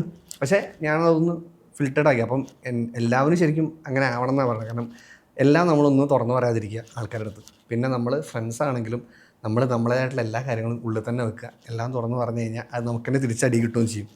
അപ്പം അങ്ങനെ ഫ്രണ്ട്ഷിപ്പിൽ ഇപ്പം ജിതിൻ എൻ്റെ നല്ല ഫ്രണ്ടാണ്. ജിതിൻ്റെക്കാട്ടും എനിക്ക് ഒരുപാട് ഫ്രണ്ട്സ് ഉണ്ടായിരുന്നു. പക്ഷേ ഇവരൊന്നും ഇപ്പോൾ എനിക്കില്ല. ഈ ഫ്രണ്ട്സൊന്നുമില്ല. കാരണം എല്ലാവരും സ്വന്തം കാര്യം നോക്കിയിട്ടോ. അപ്പോൾ അതായത് അവരെ കുറ്റം പറയല്ലോ കേട്ടോ. അവർ ബേസിക്കലി അങ്ങനെ ആവണം. എല്ലാവരും സ്വന്തം കാര്യം നോക്കിയിട്ട് മുമ്പോട്ട് പോകണം. അപ്പം ഞാൻ ശരിക്കും അവരവരുടെ കാര്യം നോക്കിയോ, അപ്പം നമ്മുടെ കാര്യം നോക്കി മുമ്പോട്ട് പോകണം. അതാണ് ശരിക്കും പറഞ്ഞാൽ ചെയ്യേണ്ട കാര്യം. അല്ലാതെ മറ്റാരും നമ്മൾ പ്രതീക്ഷിക്കാൻ പാടില്ല. അപ്പം ഞാനെപ്പോഴും നമ്മൾ മറ്റേ സാധനം ഉണ്ടല്ലോ, അവൻ രക്ഷപ്പെട്ട എന്നെ രക്ഷപ്പെടുത്തും എന്നൊരു ചിന്താഗതി ഇതെല്ലാവർക്കും ഉണ്ട്. അത് ഏത് മേഖലയാണ്, ഇപ്പം സിനിമ എന്നല്ല എല്ലാത്തിലും. പക്ഷെ എനിക്ക് തോന്നുന്നു അങ്ങനെയൊന്നും ഇല്ല. അവർ രക്ഷപ്പെട്ടാൽ അവർ, നമ്മൾ രക്ഷപ്പെട്ടാൽ നമ്മൾ, അത്രേ ഉള്ളൂ. നമുക്കുള്ള വഴി നമ്മൾ തന്നെ കണ്ടുപിടിക്കണം. പിന്നെ ഞാനിപ്പോൾ ആലോചിക്കുന്നൊരു സ്റ്റേജ്, ഞാൻ പണ്ട് സിനിമയിൽ വരുമ്പോൾ അല്ലെങ്കിൽ ഈ ഫീൽഡിലേക്ക് വരുമ്പം ഞാൻ ആരും കണ്ടിട്ടല്ല വന്നത്, ഞാൻ ഒറ്റയ്ക്ക് വന്നതാണ്. എനിക്ക് പ്രത്യേകിച്ചിട്ട് എൻ്റെ സ്വപ്നം മാത്രമേ ഉണ്ടായിരുന്നുള്ളൂ. സോ ഞാൻ തന്നെയാണ് ഇപ്പോഴെന്നുള്ളത് ഞാൻ ഇടയ്ക്കിടയ്ക്ക് ഇപ്പം ആലോചിച്ചോളൂ. കാരണം നമ്മുടെ ലൈഫിൽ കുറേ കാര്യങ്ങൾ നമുക്ക് കിട്ടുമ്പോൾ നമുക്ക് റിയലൈസേഷൻ കിട്ടും. അപ്പം ഇപ്പം ഞാൻ ആലോചിക്കുന്നത് ഞാൻ ഒറ്റയ്ക്ക് വന്നാൽ ഞാൻ ഒറ്റയ്ക്ക് തന്നെ മുമ്പോട്ട് പോകുള്ളൂ. അതിൻ്റെ ഇടയ്ക്കുന്ന സൗഹൃദങ്ങളൊക്കെ നമുക്ക് ഹാപ്പിയാണ്, ഇനി അല്ലാത്തെങ്കിലും നമ്മൾ ഹാപ്പിയാണ്. അങ്ങനെയാണ് ഇപ്പോഴത്തെ എൻ്റെ ഒരു മൈൻഡ് എക്സ്പീരിയൻസ്. കാരണം എക്സ്പീരിയൻസ് ആണ്. ഇപ്പം ഞാൻ ധ്യാൻ ശ്രീനിവാസൻ എൻ്റെ ഭയങ്കര നല്ല ഇപ്പം സുഹൃത്തുക്കൾ. ഞാൻ ലാസ്റ്റ് ഒരു പടം ഞാൻ കമ്മിറ്റ് ചെയ്തത് ധ്യാൻ ചേട്ടൻ അതിലുള്ളതുകൊണ്ട് മാത്രമാണ് ഞാൻ കമ്മിറ്റ്. ധ്യാൻ ചേട്ടനും വിനീതേട്ടൻ രണ്ടുപേരും എനിക്ക് പണ്ട് മുതലേ ഇഷ്ടമാണ്. അപ്പം വിനീതേട്ടൻ ഇഷ്ടപ്പെടുന്നതൊന്നുമല്ല, നമ്മൾ പണ്ട് വിനീതേട്ടൻ ഇഷ്ടപ്പെടുന്നത് നമ്മളെന്താ പുള്ളിയുടെ പടങ്ങളിൽ അഭിനയിച്ചാൽ രക്ഷപ്പെടും, ഇത് മറവാടി ആർട്സ് ക്ലബ്ബ്, തട്ടത്തും മറിയത്തൊക്കെ കാണുമ്പോൾ നമ്മൾ അപ്പം നമ്മൾ ചെറുതാണല്ലോ. അപ്പം ഞാൻ തട്ടത്തുമ്പോൾ 5 വട്ടം പോയി കണ്ടത്. അപ്പം ഞാൻ ചെന്നാൽ രക്ഷപ്പെടും എന്നൊക്കെ വിചാരിച്ചാൽ അങ്ങനെ പുള്ളിയുടെ നമുക്ക് ആരാധനയാണ് പുള്ളിയുടെ അടുത്ത്. അപ്പോഴാണ് ഇങ്ങനെ ഈ അടുത്ത് ധ്യാൻ ശ്രീനിവാസൻ്റെ പടം കൊണ്ടുവന്നപ്പോൾ ഞാൻ ധ്യാൻ ചേട്ടൻ ആണെങ്കിൽ കുഴപ്പമില്ല, വിനീതേട്ടൻ്റെ അനിയൻ ധ്യാൻ ചേട്ടൻ നമുക്ക് ഇഷ്ടമാണ്. ഒറ്റ റീസണാണ് ഞാൻ പടം ചെയ്തത്. അപ്പോൾ അവിടെ തന്നെ ധ്യാൻ ചേട്ടൻ ലാസ്റ്റ് ഇതേമാതിരി ഇപ്പം ഞാൻ പെട്ടെന്ന് കമ്പനി വന്നൊരു പ്രശ്നം എനിക്കുണ്ട്. അപ്പോൾ ധ്യാൻ ചേട്ടൻ അവസാനം ഒരു പോകുമ്പോൾ പറഞ്ഞ്, ഒരിക്കലും നീ ആരെടുത്തും എല്ലാം ഓപ്പണായിട്ടായിട്ട് തുറന്ന് പറയുന്നത്, ഈവൻ എൻ്റെ അടുത്ത് പോലും പുള്ളിയുടെ അടുത്ത് പോലും. കാരണം എല്ലാവരും ജഡ്ജ് ചെയ്യുന്ന ഒരേ രീതിയിലായിരിക്കില്ല. പിന്നെ എല്ലാവരും ട്രസ്റ്റ് ചെയ്യാനും പറ്റില്ല. അവരെ കാര്യത്തിന് വേണ്ടി സാധനം എങ്ങനെ വേണം അങ്ങോട്ടും ഇങ്ങോട്ടും പല കാര്യങ്ങൾ പലതും ചെയ്യാം. അപ്പോൾ അതുകൊണ്ട് വായ അടച്ചു മിണ്ടാതിരിക്കുക, സ്വന്തം കാര്യം നോക്കി ജീവിക്കുക എന്നുള്ളത് പറഞ്ഞു. പിന്നെ ധ്യാൻ ചേട്ടൻ ഈ അടുത്ത് വേറൊരു ഇൻസിഡൻറ്റ് ഉണ്ടായത്, നമ്മുടെ NIT-യിൽ വിനീതേട്ടൻ്റെ ഒരു ഷോ ഉണ്ടായിരുന്നു. അപ്പം അവിടെ ഉള്ള സമയത്ത് ഭയങ്കര ക്രൗഡും പരിപാടിയാണ്. അപ്പം വിനീതേട്ടൻ അവിടെ ഉണ്ട്. അപ്പോൾ കാണാൻ പറ്റില്ല എന്നുള്ള സ്കീമിലാണ് നിൽക്കുന്നത്. പക്ഷേ അപ്പോഴാണ് ഞാൻ മനസ്സിൽ കുറച്ചൊക്കെ സിനിമ ചെയ്തുകൊണ്ട് തന്നെ ആളുകൾക്ക് അറിയാമെന്നുള്ളൂ. അപ്പം ഞാൻ പോകുമ്പോഴത്തേക്ക് മറ്റേ ബൗൺസേഴ്സൊക്കെ ചേട്ടൻ കയറിക്കോളൂ. അപ്പം ഓക്കെ എന്നെ അറിയാം, യെസ് ഞാൻ കയറി. അപ്പം കയറുന്നൊരു എല്ലാവരും ബ്ലോക്ക് ചെയ്യാം. അപ്പം എന്നെ കാണുമ്പോൾ ഞാൻ പറഞ്ഞു അപ്പോൾ എടാ കയറുള്ളൂ. അപ്പോൾ വിനോദാണ്ട് അപ്പോൾ വേറൊരുത്തനും കൂടി വിനോദാണ്ടെ കാണുമ്പോൾ കയറി. അപ്പം വിനോദാണ്ടെ കാണുമ്പോൾ വിനോദ ഫസ്റ്റ് എടാ ഉണ്ണി എന്തൊക്കെ. അപ്പം ഞാൻ ഞെട്ടി, കാരണം വിനോദാട്ടൻ എനിക്ക് ഇൻസ്റ്റയിൽ മെസ്സേജ് അയക്കാറുണ്ട്. അപ്പം പക്ഷെ നേരിട്ടിട്ട് കണ്ടിട്ടില്ല. വിനോദാട്ടൻ ഫസ്റ്റ് ചോദിച്ചിട്ട് അതിൽ പറയാം, ഞാൻ എൻ്റെ കൂടെ ഒരു പടം ചെയ്തല്ലേ. ഞാൻ അതെ. അപ്പൊ പറഞ്ഞ് ഞാൻ കണ്ടിരുന്നു പറഞ്ഞു. അപ്പൊ തന്നെ നമുക്ക് ഹാപ്പിനെസ്, കാരണം നമ്മളെ അറിയുന്നുണ്ടല്ലോ, നോക്കുന്നുണ്ടല്ലോ എന്നുള്ളത്. പിന്നെ അത് ചെയ്തായിരുന്നു, നമുക്കൊരു പടം ചെയ്യാട്ടോ അത്. അപ്പൊ ഞാൻ മറ്റേ ജയറാമേട്ടൻ യെസ് ഓക്കെ ഓക്കെ ഓക്കെ ഞാൻ എനിക്ക് തോന്നുന്നു 15 വർഷമായിട്ടാണ് പുള്ളീനെ റീച്ച് ചെയ്യുന്നത്. പുള്ളിയുടെ ഇൻസ്റ്റയിലും ഫേസ്ബുക്കിലൊക്കെ ഞാൻ ഒരു ലോഡ് മെസ്സേജ് ഉണ്ട്, അതൊക്കെ ക്രിഞ്ച്, അതൊക്കെ മനുഷ്യടുത്ത് നോക്കിയിട്ടുണ്ടെങ്കിൽ ഞാൻ തീർന്നു. അപ്പം അൻസന്റെ പക്ഷെ പഴയത് കാണുന്നില്ല, അത് കാണാതെ ചെറുതാ അയച്ചാണ് അങ്ങനെ അങ്ങനെ. ഓക്കെ. അപ്പൊ ഇപ്പൊ ഈ വിനീതേട്ടന്റെയും ധ്യാൻ ചേട്ടന്റെയും പറഞ്ഞല്ലോ ഭയങ്കര ഒരു ഫാൻ മൊമെന്റ് ആയിരിക്കുമല്ലോ. അപ്പൊ ഈ ഫസ്റ്റ് ടൈം കിട്ടുന്ന ഒരു അപ്രിസിയേഷൻ ഉണ്ടല്ലോ, ഇപ്പൊ കണ്ടന്റ് ക്രിയേഷൻ ചെയ്തു, അവിടുന്ന് ആൾക്കാർ തിരിച്ചറിയും, സിനിമയിൽ വന്നിട്ട് അവിടെ നിന്ന് ആദ്യമായിട്ട് ഉണ്ണിനെ ഞെട്ടിച്ചൊരു അപ്രിസിയേഷൻ എവിടെ നിന്നായിരുന്നു? അങ്ങനെ ചോദിക്കുകയാണെങ്കിൽ ഞെട്ടികളൊക്കെ ഉണ്ടായിരുന്നു. അല്ല, ഒരുപാട് സന്തോഷം തോന്നിയ ഒരു ഫസ്റ്റ് ഒരു റെസ്പോൺസ് ഉണ്ടാവില്ലേ? അത് എനിക്ക് ഫീൽ ചെയ്യുന്ന വെച്ചാൽ, അത് ഈ നേരത്തെ ഞാൻ പറഞ്ഞ പോലെ തന്നെ അപ്രിസിയേഷൻ എന്ന് പറഞ്ഞാൽ ഇത് ഓൾറെഡി ഈ സാധനം പുതിയതാണല്ലോ, ഈ കോണ്ടന്റ് ക്രിയേഷൻ എന്ന് പറഞ്ഞാൽ പുതിയതാണ്. അപ്പോൾ ഈ സാധനം വരുമ്പോൾ തന്നെ ആളുകൾ, അന്ന് നമ്മളിപ്പോൾ രാവിലെ ഒരു വീഡിയോ ഇട്ട് അത് വൈകുന്നേരം ആകുമ്പോൾ മില്യൻസ് ആയി. ഇപ്പം ആളുകൾ മില്യൺ, കാരണം അന്ന് ടപ്പ് ചെയ്ത് മില്യൻ ആവും. പക്ഷേ ആളുകൾ ഈ സാധനം ആദ്യമായിട്ട് കാണുക, പിന്നെ നമ്മൾ അന്ന് ചെയ്ത് ഭയങ്കര ക്വാളിറ്റിയില്ല. അപ്പം അന്നത്തെ ഇൻസിഡൻറ്റ് എനിക്ക് തോന്നുന്നു ഫസ്റ്റ് ലുലു മാളിൽ നമ്മൾ പോയ, ഞാൻ നേരത്തെ പറഞ്ഞ മാതിരി ലുലു മാളിൽ പോയ സമയത്ത് നമ്മൾ വൈകുന്നേരം ഞങ്ങൾ ഇറക്കും, ഞാനും ഞങ്ങളെല്ലാവരും കൂടി 4 പേര് ഇറങ്ങുന്ന സമയത്ത് അവിടെ ലുലു മാളിൽ സ്ഥിരമായിട്ട് മറ്റേ സ്കൂളുകളിൽ മറ്റേ ട്രിപ്പ് അടിക്കുമല്ലോ, കുറേ പിള്ളേരെ മറ്റേ വണ്ടിയിലുകൊണ്ട് ഇറക്കും. അങ്ങനെയുള്ള സമയത്ത് ഞങ്ങൾ നടന്ന സമയത്ത് പിള്ളേർ വന്ന് ഓടി, കുറേ പിള്ളേർ ഞങ്ങൾ അങ്ങനെ പേടിച്ച് ഈശ്വരാ കൊല്ലാൻ പേര്, കുറേ പിള്ളേർ ഓടി ചേട്ടാന്നൊക്കെ പറഞ്ഞു. അപ്പോഴാണ് ഇത് ഇത്രയും ഓഡിയൻസ് ഉണ്ട്, ഇത്ര ആൾക്കാർ ഇത് കാണുന്നുണ്ടെന്ന് മനസ്സിലായത്. അവിടെ നിന്ന് വരെ ഉന്തും തള്ള, കാരണം എല്ലാവരും നോക്കും എന്താ സംഭവം. അപ്പം ഞങ്ങൾ 4 പേര് ഞങ്ങൾ പിള്ളേർ വന്നിട്ട് പിന്നെ ഗ്രൂപ്പ് ഫോട്ടോ, പിന്നെ എല്ലാവരും അപ്പോഴത്തേക്ക് സെക്യൂരിറ്റി വന്ന് മറ്റേ ഗ്രൂപ്പ് ഫോട്ടോ എടുക്കാം. അപ്പം എല്ലാവരും മറ്റേ ഗ്രൂപ്പ് ഫോട്ടോയ്ക്ക് വേണ്ടിയിട്ട് ലുലുമാളുടെ താഴത്ത് ഇങ്ങനെ പോസ്റ്റൊക്കെ ചെയ്യുന്നത് ഞാൻ കൊള്ളാം. അത് ഒരുപാടായിട്ടില്ല, ഞാൻ എനിക്കൊന്ന് കൊച്ചിയിൽ നിന്ന് വന്നൊരു 2 മാസം കൊണ്ടാണ് എനിക്ക് ആ ഒരു ഭയങ്കരമായിട്ടുള്ള ചേഞ്ച് ആയത്. കാരണം വന്നപ്പോൾ തന്നെ ഞാൻ ഇവിടെ ജോയിൻ ചെയ്തായിരുന്നു, അങ്ങനെയാണ് മാറിയത്. അപ്പം അതെന്നെ സംബന്ധിച്ചോളം ഇറ്റ്സ് ഓൾവേസ് മെമ്മറബിൾ ആണ്, എനിക്ക് ഭയങ്കര മറക്കാൻ പറ്റാത്ത ഒരു മെമ്മറിയാണ്. അപ്പോൾ ധ്യാൻ ചേട്ടനോടുള്ള എക്സ്പീരിയൻസ് എങ്ങനെ ഉണ്ടായിരുന്നു? എല്ലാവരും കേൾക്കാൻ ആഗ്രഹിക്കുന്നു. ധ്യാൻ ചേട്ടൻ എന്ന് പറയുമ്പോൾ സത്യം പറഞ്ഞാൽ പുള്ളി ഭയങ്കര കൂളാ. പ്രത്യേകിച്ചിട്ട് തലയിലൊന്നുമില്ല, പ്രത്യേകിച്ച് ഒന്നുമില്ല പുള്ളിക്ക്, അങ്ങനെ ബാഗേജസ് ഒന്നുമില്ല. അപ്പം ഞാൻ പറഞ്ഞാൽ പുള്ളി വരിക, ഇപ്പം ഞാൻ ലൊക്കേഷനിൽ പോകണമെങ്കിൽ എൻ്റെ കയ്യിൽ ബാഗ് ഉണ്ടാവും.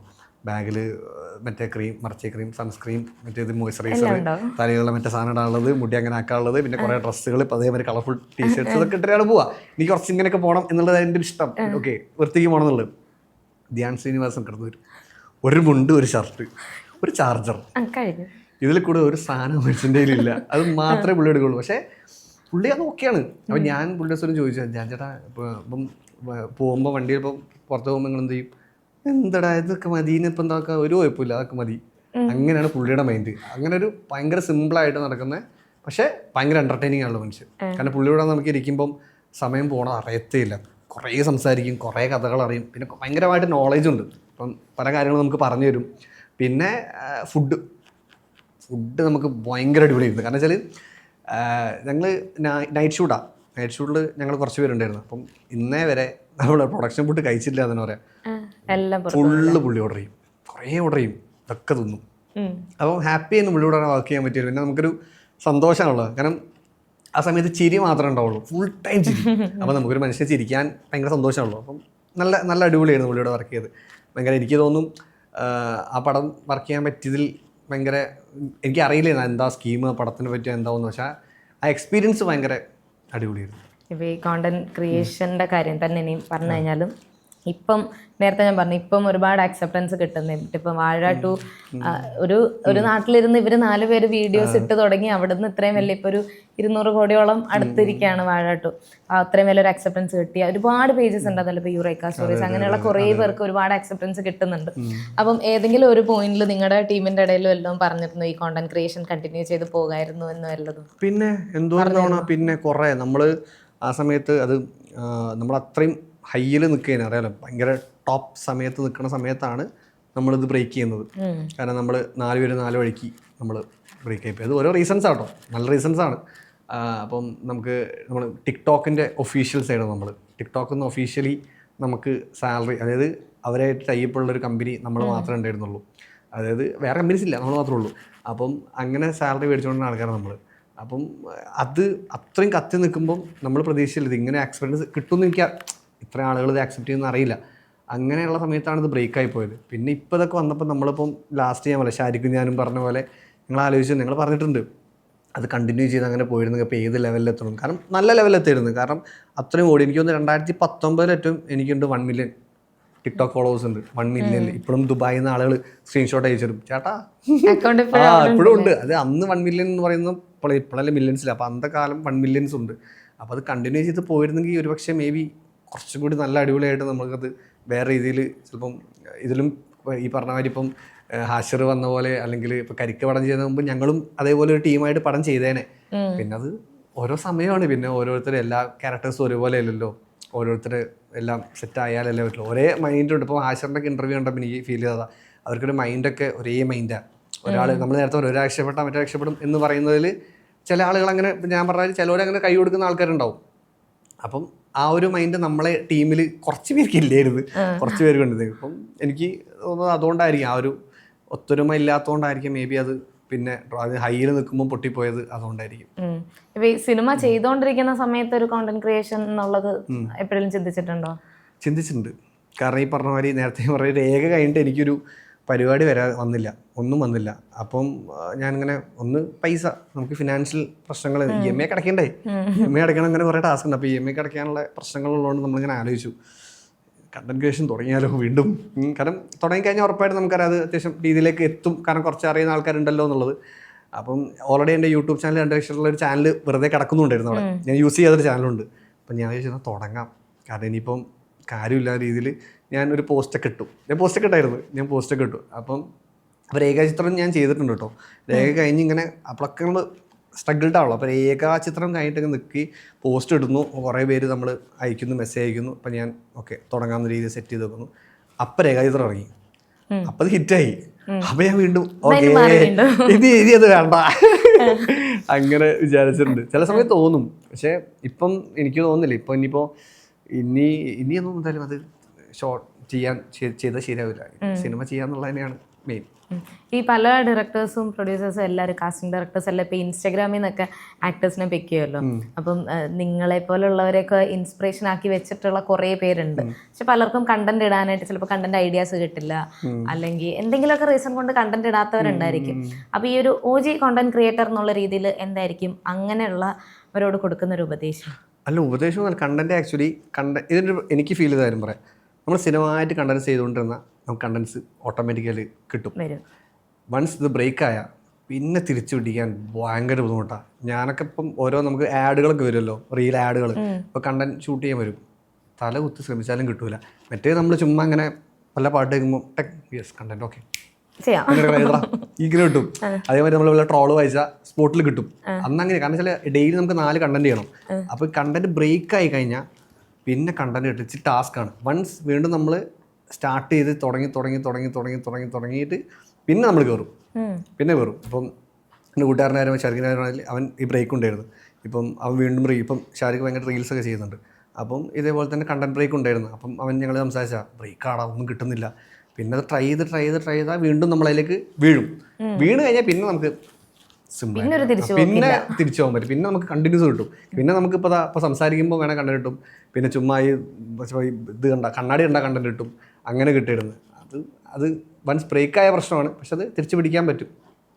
കൺസിസ്റ്റന്റ് ആയിട്ട് ഇപ്പോൾ കണ്ടന്റ് ഇട്ടുകൊണ്ടിരിക്കണം. ഇട്ടുകൊണ്ടിരുന്നാലും അത് ക്രിയേറ്റീവ് സൈഡ് ആയതുകൊണ്ട് നമ്മളെ വർക്ക് ചെയ്യണമല്ലോ. തലക്കറക്കണ്ടേ, തലക്കറക്കിയാലേ വരുള്ളൂ. അപ്പൊ അതങ്ങനെയാണ് എനിക്ക് ഫീൽ ചെയ്തിട്ടുള്ളത്. ഇപ്പൊ ഈ രേഖ സിനിമയെ പറ്റി പറഞ്ഞല്ലോ, രേഖ കഴിഞ്ഞതിന് ശേഷം ഇപ്പം ഉണ്ണിക്കാണേലും ആ ക്യാരക്ടർ വൈസ് അത്രയും നല്ലൊരു ക്യാരക്ടറായിരുന്നു, ഒരു ബ്രേക്ക് ഇവൻ ആയിരുന്നു. ഇപ്പൊ വിൻസിക്ക് അതിൽ അവാർഡും കിട്ടി. പക്ഷെ ഈ വിൻസിക്ക് കിട്ടിയ അത്രയും ഒരു ഒരു ഒരു എക്സ്പോഷർ ഉണ്ണിയുടെ ഒരു ക്യാരക്ടറിന് കിട്ടിയില്ല എന്നുള്ളത് തോന്നലുണ്ടായിരുന്നു? അങ്ങനൊന്നുമില്ല. എനിക്ക് ബേസിക്കലി രേഖ വിൻസിക്ക് അവാർഡ് കിട്ടിയതിൽ കുറച്ചും കൂടി ഭയങ്കര സന്തോഷം. കാരണം വെച്ചാൽ അങ്ങനെ കിട്ടിയതുകൊണ്ട് വീണ്ടും ആളുകൾ പടം കാണുകയും ചെയ്തു. പിന്നെ കുറേ പേര് വെച്ചാൽ വിൻസിയിൽ രേഖ എന്ന് പറഞ്ഞ ക്യാരക്ടർ വിൻസ് ചെയ്യുമെങ്കിൽ ഒരു ഓപ്പോസിറ്റ് ഒരു ക്യാരക്ടർ ഉണ്ടെങ്കിലല്ലേ ഈ രണ്ടും മാച്ച് ആവുള്ളൂ. അപ്പോൾ ഈ രണ്ട് സംഭവം കൂടി വർക്ക് ആയതുകൊണ്ടാണ് നമുക്ക് ആ പടത്തിനും അത്ര കിട്ടി, സോളോ കിട്ടി, വിൻസിക്ക് പെർഫോമൻസിൻ്റെ കാര്യത്തിൽ അവാർഡ് കിട്ടിയതും. അപ്പം എന്നെ സംബന്ധിച്ചോളം വിൻസിനെ പോലെ സ്ട്രോങ് ആൾ ഓപ്പോസിറ്റ് ഉള്ളതുകൊണ്ട് എനിക്കും ഭയങ്കര ഹെൽപ്ഫുള്ളായിരുന്നു. കാരണം വിൻസി സിനിമയിലെ എക്സ്പീരിയൻസ് കുറച്ചും കൂടി ഉണ്ട് എന്നെക്കാളും. അപ്പം ഗിവ് ആൻഡ് ടേക്ക് പരിപാടികൾ. അപ്പോൾ എനിക്കും ആ അവാർഡ് കിട്ടിയപ്പോൾ എനിക്കും പ്ലസ് ആണ് ഉണ്ടായത്. എനിക്കത് ഭയങ്കര ബൂസ്റ്റായി. കാരണം അത് ഭയങ്കര ദൈവത്തിനോട് വലിയ നന്ദി പറയാം. കാരണം അങ്ങനെ വിൻസിക്ക് ഒരു അവാർഡ് കിട്ടിയതിൽ ഹാപ്പിയാണ്. എനിക്കത് ഭയങ്കര സന്തോഷമുണ്ട്. കാരണം അത് സത്യം പറഞ്ഞാൽ രേഖ വെച്ചാണ് എനിക്ക് പടങ്ങൾ പിന്നെ വന്നതും. രേഖ എത്ര വന്ന് രേഖ വെച്ചിട്ടാ. ഇപ്പം പറഞ്ഞമാതിരി അതൊരു ബെസ്റ്റ് ടൈം ആയിരുന്നു, അല്ലെങ്കിൽ അത് അടിപൊളിയാണ്. ഇപ്പോഴും ഓഡീഷൻസ് ഒക്കെ അറ്റൻഡ് ചെയ്യാറുണ്ടോ? അറ്റൻഡ് ചെയ്യാറുണ്ടോ എന്ന് വെച്ചാൽ ഇപ്പം ഓഡീഷൻസ് അറ്റൻഡ് ചെയ്യാറില്ല. കാരണം വെച്ചാൽ ഒന്നാമത്തെ കേസ് ഞാൻ ഓഡീഷൻ ചെയ്താൽ പൊട്ടും. സിമ്പിൾ. എനിക്ക് അറിയില്ല ഓഡീഷൻസ് പരിപാടികൾ, എനിക്ക് അറിയില്ല. ഞാൻ ലാസ്റ്റിന് ഞാൻ വേറൊരു പടത്തിന് പോയിട്ട് ഓഡീഷൻ കൊടുത്തപ്പോൾ എനിക്ക് തന്നെ അറിയാം. കാരണം എനിക്ക് അത് ക്രാക്ക് ചെയ്യാൻ വേണ്ടി ഞാൻ ഓഡീഷൻസ് എങ്ങനെ അറ്റൻഡ് ചെയ്യാനൊക്കെ പഠിക്കാനൊക്കെ പോയായിരുന്നു. പക്ഷേ അതെനിക്ക് അറിയില്ല എങ്ങനെ ഓഡീഷൻ, കാരണം അവർ ഏത് രീതിയിലത്. കാരണം നമ്മളിപ്പം നമ്മളൊരു സ്ക്രിപ്റ്റൊക്കെ വായിച്ച് നമ്മളൊരു ക്യാരക്ടറൊക്കെ ഡിസൈൻ അതിങ്ങനെയാണെന്നൊക്കെ പ്ലാൻ ചെയ്ത് ഡിസൈൻ ചെയ്ത് നമ്മൾ എന്താ പറയുക അങ്ങനെ ഒരു കോസ്റ്റ്യൂമൊക്കെ ഇട്ട് നമ്മൾ അപ്പോൾ നമുക്ക് എവിടെ പറയണ്ട ആ കോസ്റ്റ്യൂമൊക്കെ ഇട്ട് നിൽക്കുമ്പോഴാണ് നമുക്കൊരു സാധനം വരുന്നുണ്ട്. അത് ആക്ച്വലി ഭയങ്കര കറക്റ്റായിട്ടുള്ള കാര്യമാണ്. കാരണം അപ്പോഴേ നമുക്ക് ക്യാരക്ടർ കിട്ടുള്ളൂ. പിന്നെ സിനിമയിലാണെങ്കിലും ഇപ്പം 2 ദിവസം എനിക്ക് 2 ദിവസം വേണം സിനിമയായിട്ട് ഇന്നാകാൻ വേണ്ടിയിട്ട്. 2 ദിവസം ആയാലേ ഞാൻ ഇന്നോട്, കാരണം ക്യാരക്ടർ കിട്ടണമല്ലോ, ഇത് എന്താ ചെയ്യേണ്ടതെന്ന്. അപ്പം അങ്ങനെ ഉള്ള ഞാൻ പെട്ടെന്ന് പോയിട്ടൊരു ഓഡീഷൻ അറ്റൻഡ് ചെയ്യുമ്പോൾ ഞാൻ കാരണം ഞാൻ കുറേ ഓഡീഷന് വേണ്ടി ഞാൻ 100 ഓഡീഷന് വേണ്ടി എല്ലാം പൊട്ടിയാണ്. ഒന്നെങ്കിലും കിട്ടിയിട്ടുണ്ടെങ്കിൽ എനിക്ക് പറയാം. അപ്പോൾ അതുകൊണ്ടാണ് ഞാൻ കിട്ടില്ല, എനിക്ക് അറിയാൻ പോയി കഴിഞ്ഞാൽ. ഇത്ര ഓഡീഷൻസും കിട്ടിയില്ല? ഒന്നും കിട്ടില്ല, എനിക്ക് ഓഡീഷൻ ഒന്നും കിട്ടിയില്ല. എന്തോ ഒരു ഓഡീഷൻ എനിക്ക് പറഞ്ഞു സപ്തമശ്രീ തസ്കര എന്ന് പറഞ്ഞ പടമുണ്ട്, അതിൻ്റെ ഓഡീഷന് പോയിട്ട് ഞാൻ എത്രയായിരുന്നു, ഒരു ദിവസത്തും 1500 ആൾക്കാരായിട്ട് ഒരു ദിവസത്തുണ്ട്, 3 ദിവസത്തും. അത്രയും വലിയ അന്ന് ലുക്ക്മാനും ഉണ്ട്, അവിടെ ലുക്കിന് കിട്ടി, എനിക്ക് കിട്ടിയില്ല. അപ്പം കിട്ടത്തില്ല. പിന്നെ ലാസ്റ്റ് ഞാൻ ഒരു പടത്തിന് കൊടുത്തായിരുന്നു, ഒരു ഓഡിഷൻ കൊടുത്തിന്, അത് കിട്ടിയായിരുന്നു.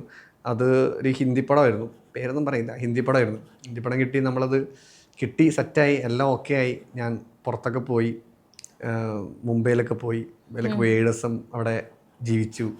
അപ്പോൾ ഒരു ടിക്കറ്റ് ഇട്ട് തരാം, പടം നമ്മൾ ചെയ്യാൻ പോകുന്നതൊക്കെ പറഞ്ഞ് അവസാനം ടിക്കറ്റ് ഒന്നും വന്നില്ല. ആ പടം വേറെ ആൾ ചെയ്ത്, ആ പടം വലിയ ഫേമസും ആയി. പക്ഷെ ആ ഓഡിഷൻ കിട്ടിയതാണ്. പക്ഷെ അവർ ഓൾറെഡി രേഖ കണ്ടിട്ടാണ് എന്നെ വിളിച്ചത്. രേഖയും ഫ്രീഡം ഫൈറ്റും കണ്ടിട്ട് വിളിച്ചിട്ടാണ്. അപ്പോൾ ഞാൻ ഓഡിഷൻ കൊടുത്തപ്പോൾ ഓക്കെ ആയിരുന്നു. ഇതുപോലെ തന്നെ ഒരു എക്സ്പീരിയൻസ് മലയാളത്തിലും ഉണ്ടായിട്ടില്ലേ? ഒരു അവസരം കിട്ടിയിട്ട് കുറച്ച് പറയില്ലെന്നൊക്കെ കുറേ ഉണ്ടല്ലോ. അപ്പൊ അങ്ങനെ വരുമ്പോ എന്താ ശരിക്കും തോന്നുന്നത്? അല്ല, അങ്ങനെ വരുമ്പം ഭയങ്കര വിഷമം തോന്നും. കാരണം വെച്ചാൽ എന്തൊക്കെ പറഞ്ഞാലും നമ്മൾ ഇപ്പം എല്ലാവരും പറയും അത് പോട്ടറാ, അടുത്ത് നോക്കാം, പ്രശ്നമില്ല എന്നൊക്കെ പറയും. പക്ഷെ നമുക്കെന്തായാലും സിനിമ നമ്മളത്രയും പാഷനേറ്റായിട്ട് വന്നുകൊണ്ടും നമ്മൾ സിനിമയെ അത്ര ഇഷ്ടപ്പെടുന്നതുകൊണ്ടും അവസരങ്ങൾ പോകുമ്പോൾ നമുക്ക് അത് ഭയങ്കര വിഷമമുണ്ടാവും. റീസെൻ്റ് കൂടി ഞാനൊരു പടത്തിൽ ഇതേമാതിരി എന്നെ കാസ്റ്റ് ചെയ്തിട്ട് പല കാരണങ്ങൾ കൊണ്ടാണ് മാറിയത്. പക്ഷേ അത് നമുക്ക് വിഷമമുണ്ടായി. കാരണം വെച്ചാൽ അല്ലെങ്കിൽ നമ്മൾ കാസ്റ്റ് ചെയ്യണ്ടല്ലോ എന്ന് ഫീൽ ചെയ്തു. ഇപ്പം നാളെ ഷൂട്ടിന് തലേ ദിവസം വിളിച്ചിട്ട് എൻ്റെ അടുത്ത് പറഞ്ഞു, അല്ല ഉണ്ണി അത് മാറ്റി. അപ്പം ഞാൻ പറഞ്ഞു എന്താ റീസൺ കുറേ എന്തൊക്കെയോ റീസൺസൊക്കെ പറഞ്ഞു. ഓക്കെ, പക്ഷെ നമുക്കത് വിഷമമാണ്. റിജക്ഷൻ എപ്പോഴും വിഷമമുണ്ടായിരുന്നു. പക്ഷേ അതങ്ങനെ വിഷമിച്ചിട്ടിരിക്കണമെന്നില്ല കേട്ടോ. ആ മൊമെൻറ്റിൽ നമുക്ക് അയ്യോ, അല്ലെങ്കിൽ നമ്മൾ കൊള്ളത്തില്ലേ, നമ്മളെന്താ മാറ്റിയെന്ന സാധനം വരും. അല്ലാതെ നമുക്ക് അതാ പിന്നെ പിറ്റേസ് രാവിലെ എണീച്ചത് അത് കഴിഞ്ഞിട്ടോ. ശരിയാണ്. ഈ സെൽഫ് ഡൗട്ട് വരുന്ന മൊമെന്റ്സിലൊക്കെ എങ്ങനെയാണ് അപ്പം നേരെ ആക്കി എടുക്കാനായിട്ട് എന്തൊക്കെയാണ് ചെയ്യാറുള്ളത്? അങ്ങനെ പ്രശ്നം വരുമ്പോൾ ഞാൻ സിനിമ കാണും, മോസ്റ്റ്ലി പടം കാണുക എന്നുള്ളതാണ് മെയിനായിട്ട് ചെയ്യുന്നത്. പിന്നെ എന്താ പറയുക, ഞാൻ എൻ്റെ തന്നെ ഷോർട്ട് ഫിലിംസ് വീഡിയോസ് കുറച്ചെടുത്ത് അയ്യോ എന്തൊക്കെയാ കാണിച്ചു വെച്ചേക്കണേ, അങ്ങനെ ഞാൻ മൈൻഡ് ഡൈവേർട്ട് ചെയ്ത് അങ്ങനെ എന്തെങ്കിലുമൊക്കെ ചെയ്യും. അല്ലാതെ മോസ്റ്റ്ലി സിനിമകൾ തന്നെ. പിന്നെ ഇങ്ങനെ ആലോചിക്കും, ഞാൻ ഭയങ്കരമായിട്ട് ഓവർ തിങ്ക് ചെയ്യും, ആലോചിച്ച് പിന്നെ കുറച്ച് ഞാൻ തന്നെ ആലോചിക്കും അല്ലിതിപ്പോൾ ഞാൻ ആലോചിച്ചിട്ട് വലിയ കാര്യമൊന്നുമില്ലല്ലോ എന്ന് വിചാരിച്ചിട്ട് അങ്ങനെ അങ്ങ് സ്റ്റോപ്പ് ചെയ്യും. ഓവർ തിങ്കിങ് ഒരു പോസിറ്റീവ് രീതിയിൽ കൊണ്ടെത്തിക്കോ? ഓവർ തിങ്കിങ് പോസിറ്റീവിലെത്തും. മോസ്റ്റ്ലി ഞാൻ അത് പോസിറ്റീവായിട്ട് എടുക്കാൻ വേണ്ടി നോക്കും. പക്ഷെ എന്നാലും ചില സമയത്ത് നെഗറ്റീവ് ആവാറുണ്ട്. ചില സമയത്ത് അത് വരുമല്ലോ, അറിയാമല്ലോ, നമുക്ക് ഉറപ്പായിട്ടും എപ്പോഴും പോസിറ്റീവ് സംഭവിക്കില്ല. അപ്പോൾ പിന്നെ ഞാൻ ഞാൻ എൻ്റെ സുഹൃത്തുക്കളെ വിളിച്ചിട്ട് ഞാൻ സംസാരിക്കും. അപ്പോൾ അവർ നല്ല രീതിയിൽ പുച്ഛിക്കുമ്പോൾ ഓട്ടോമാറ്റിക്കലായിട്ട് ഞാൻ ഇപ്പോൾ ഇപ്പോൾ ജിതിനൊക്കെ ഞാൻ എന്ത് പറഞ്ഞാലും പുച്ഛിക്കും. എടാ ഞാനത് എങ്ങനെ സംഭവിച്ചു, ഞാനിപ്പോൾ എന്താ അപ്പോൾ ഒറ്റടി ഓക്കെ മനസ്സിലായി. അപ്പം അങ്ങനത്തെ നല്ല കൂട്ടുകാരുണ്ട് എനിക്ക്. നല്ല കൂട്ടുകാരന്മാരുടെ അടുത്ത് വിളിച്ച് പറയുമ്പം അവർ അപ്പം എനിക്ക് മനസ്സിലാവും, യെസ് വെറുതെ ഞാൻ ചിന്തിക്കണ്ട, ഇത്ര വലിയ കാര്യമൊന്നുമല്ല എന്നുള്ളത്. കാരണം എനിക്ക് വലിയ കാര്യമാകുമ്പോൾ പുറമേ ഉള്ള കേൾക്കുമ്പോൾ ചെറിയ കാര്യമായിട്ട് തോന്നും. അപ്പോൾ വളരെ ചെറിയ കാര്യമാണ്, വിഷയമുള്ളതായിരുന്നല്ലോ, വിട്ടുകളയും. പിന്നെ കുറച്ച് വർഷങ്ങൾ പുറകോട്ട് പോയി കഴിഞ്ഞാൽ സെയിൽസ്മാനിലെത്തി. അമ്മ അവിടെ എത്തിയോ? അവിടെ എത്തി. അപ്പം അന്നത്തെ ആ ഒരു ഉണ്ണി ഉണ്ടല്ലോ, ഇപ്പൊ സെയിൽസ്മാൻ ആയിട്ട് നിന്നു, അന്ന് കാറ്ററിംഗ് അങ്ങനെയുള്ള കുറെ വർക്കുകളൊക്കെ ചെയ്തു. അപ്പൊ അവിടെ നീ കയ്യടി ആഗ്രഹിച്ചൊരു ഉണ്ണി ഉണ്ടായിരുന്നു. അവിടേക്ക് ഇപ്പൊ എത്തിയിട്ട് തിരിഞ്ഞു നോക്കുമ്പോൾ ആ ഒരു ഉണ്ണിയനോട് എന്തായിരിക്കും പറയാനുള്ളത്? അമ്മേ ഇങ്ങനെയൊക്കെ ചോദിക്കും. അങ്ങനെയൊക്കെ പറയുകയാണെങ്കിൽ ഇപ്പോ അന്നത്തെ ഉണ്ണി ശരിക്കും എങ്ങനെയായിരുന്നു? അന്നത്തെ ഉണ്ണി ഇപ്പൊ വരെ നോക്കിക്കഴിഞ്ഞാൽ എങ്ങനെയായിരിക്കും? അന്നത്തെ ഉണ്ണി സെയിൽസ്മാൻ, സിനിമ ആഗ്രഹിക്കുന്ന ഉണ്ണി, ഇപ്പം സിനിമയിൽ അഭിനയിക്കുന്ന ഉണ്ണിയിലാണ്. അങ്ങനത്തെ ഒരു വ്യത്യാസമുള്ളൂ. അല്ലാതെ അങ്ങനെ മാരകമായിട്ടുള്ള ഭയങ്കര വ്യത്യാസങ്ങളൊന്നുമില്ല. പിന്നെ അന്ന് എന്താ പറയുക, നമ്മൾ പ്രത്യേകിച്ച് നമുക്ക് എന്താ ചെയ്യേണ്ടത് എന്നുള്ളൊരു പ്ലാനിങ്ങും പരിപാടിയൊന്നും ഇല്ലായിരുന്നു. ഇങ്ങനെ സിനിമയിൽ എത്തണം എന്നുള്ള സംഭവങ്ങളും പിന്നെ അങ്ങനെ ഒരു ഡ്രീം വേൾഡിലായിരുന്നു അന്നത്തെ ഉണ്ണിയിലാൽ ജീവിച്ചുകൊണ്ടിരുന്നത്. ഇപ്പോഴും ഡ്രീമുണ്ട്, പക്ഷേ ഇപ്പം നമുക്ക് കുറച്ചും കൂടി കാര്യങ്ങൾ അറിയാനും അല്ലെങ്കിൽ ഇന്ന കാര്യങ്ങളാണ് നമ്മളെ ഇങ്ങനെ നമ്മൾ പോകണം, ഇങ്ങനെ നമ്മൾ പോകണ്ട, ഇന്നതൊക്കെ നമ്മൾ ശ്രദ്ധിക്കണം എന്നുള്ളതൊക്കെ കുറച്ചും കൂടി നമുക്ക് ചിന്തിക്കാവുന്നൊരു സമയത്തേക്ക് മാറി. പ്രായം കൊണ്ടായിരിക്കട്ടോ. അല്ല പറയാ, നമ്മൾ അന്ന് ചെറുതല്ലേ. അപ്പോൾ ആ സമയത്ത് അല്ല ഇപ്പം എനിക്ക് സന്തോഷമുണ്ട് ഇവിടെ. കാരണം അന്ന് മൊബൈൽ ഷോപ്പിൽ നിന്നത് ഞാൻ ഇപ്പം സിനിമയിൽ അഭിനയിക്കുക എന്ന് പറയുന്നത് എന്നെ സംബന്ധിച്ചോളം ഭയങ്കര വലിയ കാര്യമാണ്. കാരണം ഞാൻ ഒരു അമ്പലത്തിൽ പോയപ്പം, വളയനാട് ക്ഷേത്രത്തിൽ പോയപ്പം എൻ്റെ ബോസ് ഉണ്ടായിരുന്നു. അന്ന് ബോസ് ഉണ്ട് എൻ്റെ ഷോപ്പിലുള്ള. ബോസിനോട് ഞാൻ എപ്പോഴും പറയാറുണ്ട്, ബോസ് നിനക്കൊന്നും വേറെ പണിയില്ല എന്ന് പറയാറുണ്ട്. അപ്പോൾ ബോസിനെ കണ്ടപ്പോൾ നിങ്ങളുടെ പറഞ്ഞു, എനിക്ക് ഭയങ്കര സന്തോഷമുണ്ട്, അന്ന് പറഞ്ഞാൽ എനിക്ക് ഇപ്പോഴും ഓർമ്മയുണ്ട്, നിങ്ങൾ സിനിമകളെല്ലാം കാണാൻ പോകാറുണ്ട് എന്നൊക്കെ പറഞ്ഞു. അപ്പോൾ അങ്ങനെ യെസ് ഓക്കെ വിപിന്ന ബോസിൻ്റെ പേര്. അപ്പോൾ അതൊക്കെ ഭയങ്കര സന്തോഷമാണ്. പിന്നെ ശ്രീരാം രാമേന്ദ്രൻ എന്ന ആക്ടറുണ്ട്. പുള്ളി പണ്ട് ഭയങ്കര ഫെയിമാണ്. പുള്ളി പണ്ടല്ല, പുള്ളി ഇപ്പോൾ ഫെയിമാണ്. പുള്ളി സീരിയലിലൊക്കെ അഭിനയിച്ചിട്ടുണ്ട്. പണ്ട് ഞാൻ പുള്ളിനെ കണ്ടു കാണുന്നത് അറിയണ്ടാവും, നമ്മുടെ പണ്ടൊക്കെ ഒരു വിനീത് ശ്രീനിവാസൻ്റെ ഒരു അറിയാതെ നിനയാതെ എന്ന് പറഞ്ഞൊരു മ്യൂസിക് വീഡിയോ ഉണ്ടായിരുന്നു. ഭയങ്കര ഹിറ്റായിരുന്നു. പുള്ളി ലുക്കായിരുന്നു, പുള്ളി ലുക്കാട്ടോ. അപ്പം പുള്ളി ഞാനും പുള്ളിയുടെ വീട്ടിൽ പുള്ളി ഫോൺ മേടിക്കാൻ വേണ്ടിയിട്ട് എൻ്റെ അടുത്ത് ഞാൻ ഫോണൊക്കെ കൊടുത്തിട്ട് അന്ന് ഞാൻ പറഞ്ഞു ഇങ്ങനെ സിനിമയിൽ അഭിനയിക്കാൻ. അപ്പോൾ പുള്ളിയുടെ അച്ഛനാണ് ഫോൺ എടുക്കുന്നത്. അപ്പം മോൻ ഇങ്ങനെ ഇപ്പോൾ ഒരു ഭയങ്കര അപ്പം അച്ഛൻ വന്നൊരു ഭയങ്കര സിനിമയുടെ ആഗ്രഹിക്കുന്ന ഒരു പയ്യനുണ്ട് ഇന്ന് കാണാൻ. അങ്ങനെ പുള്ളിനെ പരിചയപ്പെടുന്നത്. ഇന്ന് ഞാൻ പുള്ളി ഉടുക്കത്തെ ഫ്രണ്ട്സാണ്, ബെസ്റ്റ് ഫ്രണ്ട്സാണ്. അതെ. അപ്പം ഞങ്ങൾ ഈ അടുത്ത് പുള്ളിങ്ങനെ പറഞ്ഞു, അന്ന് അച്ഛൻ പറഞ്ഞ എനിക്ക് ഓർമ്മയുണ്ട്, അത് ഈയാണ് ഇവിടെ ഞങ്ങൾ ഈവനിങ് ഡെയിലി കാണുന്ന. ഏതാണ് ഇല്ല പുള്ളി ഓർമ്മയുണ്ട്. ഞങ്ങള് അതിനുശേഷം ഞങ്ങൾ പിന്നെ റാൻഡംലി കണക്റ്റഡ് ആയി നമ്മള്. അപ്പം ഞാൻ പറഞ്ഞാൽ എനിക്ക് തോന്നുന്നു ഈ സിനിമ എന്നുള്ള സാധനങ്ങൾ ഇതിനൊരു മാജിക് ഉണ്ട്. പിന്നെ ഈ പറഞ്ഞ മാതിരി നമ്മൾ ആഗ്രഹിച്ച മാനിഫെസ്റ്റ് ചെയ്ത പല കാര്യങ്ങളും എനിക്ക് എൻ്റെ ലൈഫ് പേഴ്സണലി നടന്നിട്ടുണ്ട്. ഇന്ന ആളെ കാണണം. ഇപ്പം ഞാൻ നേരത്തെ വിനീത് ശ്രീനിവാസൻ്റെ കാര്യം പറയല്ലേ, ഇതേപോലെ പല ആളുകളെ ഞാൻ കണ്ടിട്ടുണ്ട്. മമ്മൂക്കയുടെയൊക്കെ സ്വപ്നത്തിൽ വീട്ടിൽ പോയിരിക്കുന്നത് ഞാൻ വിചാരിച്ചിട്ട് സ്വപ്നം കണ്ടിട്ടുണ്ട്. മമ്മൂക്കയുടെ കൂടെ വീട്ടിലിരുന്ന് ചായ കുടിക്കുന്നു. ഞാൻ തന്നെ മമ്മൂക്കയുടെ വീട്ടിൽ ഞാൻ ചായ കുടിക്കുന്നു. ഞാൻ അങ്ങനെ മമ്മൂക്കനെ അപ്പം നമ്മൾ കാണുന്ന സാധനങ്ങളൊക്കെ എനിക്ക് തോന്നുന്നത് ഇത് മേ ബി നമ്മൾ ആഗ്രഹം അത്ര സ്ട്രോങ് ആയതുകൊണ്ടായിരിക്കും ഇതൊക്കെ എൻ്റെ ലൈഫിൽ സംഭവിച്ചിട്ടുണ്ട്. സംഭവിക്കാൻ കുറേ ഉണ്ട്. സിനിമാപരമായിട്ട് ഇനി ഏതൊക്കെയാണ് ഇനി അടുത്ത വരാനിരിക്കുന്നത്? ഇനി വരാനിരിക്കുന്നത് ചാക്കോച്ചൻ്റെ ഒരു പടമുണ്ട്, ചെറിയൊരു ക്യാമിയോ റോൾ പരിപാടി ചെറുത് ചെയ്തിട്ടുണ്ട്. പിന്നെ സുധീർ കോപ്പയുടെ ഒരു പടമുണ്ട്, സുധീർ കോപ്പി ഞാനും കൂടി ഒരു പടമുണ്ട്. പിന്നെ ഞാൻ ലീഡ് ചെയ്തൊരു ഒരുക്കുന്ന പടം. 3 പടങ്ങൾ ഇനിയിപ്പം ഇറങ്ങാനായിട്ട് ഉണ്ട്. ഒരു ഡബ്ബൊക്കെ കഴിഞ്ഞു. ചാക്കോച്ചനായിട്ടപ്പം വീണ്ടും വരുവാണല്ലോ. ചാക്കോച്ചനോട് അന്നത്തെ ഒരു എക്സ്പീരിയൻസ് ഉണ്ട്, ഇപ്പോഴത്തെ എക്സ്പീരിയൻസ് ഉണ്ടാവും. എങ്ങനെയുണ്ട് ചാക്കോച്ചൻ? ചാക്കോച്ചൻ റിയലി ജം, ഭയങ്കര അടിപൊളി മനുഷ്യനാണ്. കാരണം നമുക്ക് ഓഫീസ് റോഡിൽ ഉള്ള സമയത്ത് പുള്ളി നമ്മളെ ഭയങ്കര കംഫർട്ടായിരുന്നു. ഇപ്പം നമ്മളെ എല്ലാ കാര്യത്തിലും നമ്മളെ കൂടെ തന്നെ ഇരുന്നു. എല്ലാ അപ്പം പുള്ളിയുടെ വീട്ടിലൊരു ഫംഗ്ഷൻ നടന്ന് നമ്മളെ വിളിക്കുമായിരുന്നു. അതേപോലെ തന്നെ ബർത്ത്ഡേ സെലിബ്രേഷൻ എല്ലാം പുള്ളി ഇപ്പോഴും വിളിച്ചാൽ ഫോൺ എടുക്കുന്ന അല്ലെങ്കിൽ മെസ്സേജ് റിപ്ലൈ ചെയ്യുന്ന ചാക്കോച്ചൻ ഇപ്പോഴും തരും. അതാണ് ചാക്കോച്ചൻ വിളിച്ചാൽ ചാക്കോച്ച അടുത്ത പടത്തിൻ്റെ പരിപാടി അല്ലെങ്കിൽ ചേട്ടാ എന്താ പരിപാടി കഴിക്കുമ്പോൾ പുള്ളി സംസാരിക്കുകയും ചെയ്യും. അപ്പം അല്ല അടുത്ത പടത്തിൽ ഞാൻ പറയാം അങ്ങനെ ഓക്കെ നമുക്ക് പിടിക്കാം കേട്ടോ എന്നൊക്കെ പറഞ്ഞപ്പം അത്രയും ക്ലോസ് ആയിട്ടുള്ളൊരു ഇപ്പം ഓഫീസിന് ശേഷം ഞാൻ വീണ്ടും ഈ പുതിയ പടത്തിൽ കണ്ട സമയത്ത് ഞാൻ ഞെട്ടിപ്പോയി. കാരണം പുള്ളി ഞാൻ സീനാമിനെയും ബാക്ക് നിന്നോട് പെട്ടെന്ന് കെട്ടിപ്പിടിച്ചു. അപ്പം ഞാൻ ചാക്കോച്ചൻ അപ്പോഴത്തേക്ക് പിന്നെ എനർജി മാറി. പിന്നെ നമ്മൾ മൊത്തത്തിൽ സംസാരവും പരിപാടിയും. അപ്പോൾ അവിടെ നിന്ന് ആൾക്കാരൊക്കെ അപ്പം പെട്ടെന്നാണ് ചാക്കോച്ചൻ ഇത്ര ചില്ല. അപ്പം എല്ലാവരും അത് പഠിച്ചുകൊണ്ടല്ലേ അത് പഠിച്ചുകൊണ്ട് അതാണല്ലേ ഇത്. അപ്പം പുള്ളി ഭയങ്കര നല്ല മനുഷ്യനാണ്. എനിക്ക് പേഴ്സണലി ഭയങ്കര നമുക്കൊരു ഇഷ്ടം തോന്നുന്നത്. അപ്പം പിന്നെ പുള്ളിയുടെ ഹെൽത്ത് അതിനെ ഭയങ്കര അസൂയപ്പെടുത്തുന്ന സാധനം. കാരണം പുള്ളി ഇപ്പോഴും സുന്ദരനാണ്. ഞാനും റംസാനും കൂടെയൊക്കെ വിട്ടുപോയി ഒരു ഫോട്ടോ ഞങ്ങൾ ഇട്ടായിരുന്നു. അപ്പോൾ അതുകൊണ്ടപ്പോൾ ഞങ്ങൾ 3 പേരും അത്രയും ജനറേഷൻസ് കുറെ പുള്ളി പറയുമ്പോൾ ഇത്ര ഏജ് ജനറേഷനാണ്. പക്ഷെ ഇരിക്കുമ്പോൾ പുള്ളിക്ക് നമ്മുടെ സെയിം അതേ ലുക്സ് പരിപാടി അത് തന്നെ ഇപ്പോഴും റീസെന്റ് വീഡിയോസ് വരുന്നുണ്ടല്ലേ എന്ത് സുന്ദരനായിട്ട്. അപ്പൊ ഞാൻ ആ കാര്യത്തിൽ ആ മനുഷ്യരോട് നമുക്ക് ഭയങ്കര അസൂയാണ്. പുള്ളി മെയിൻറ്റെയിൻ ചെയ്യുന്നത് അത് ഭയങ്കര അടിപൊളിയാണ്. നൈസാണ് പുള്ളി, ഭയങ്കര ജെല്ലാണ്. ഞാനും ചാക്കോച്ചനും ഒരു കണക്ഷൻ ഉണ്ട്. എന്താ? ഞങ്ങൾ ഒരേ ദിവസമാണ് ജനിച്ച. ഓ അത് മാത്രമേ ഞാൻ വിചാരിച്ച് കുടുംബക്കാരല്ല. ഒരേ ദിവസമാണ് ഞങ്ങളുടെ ബർത്ത്ഡേ. അതെ, November 2 ആണ്.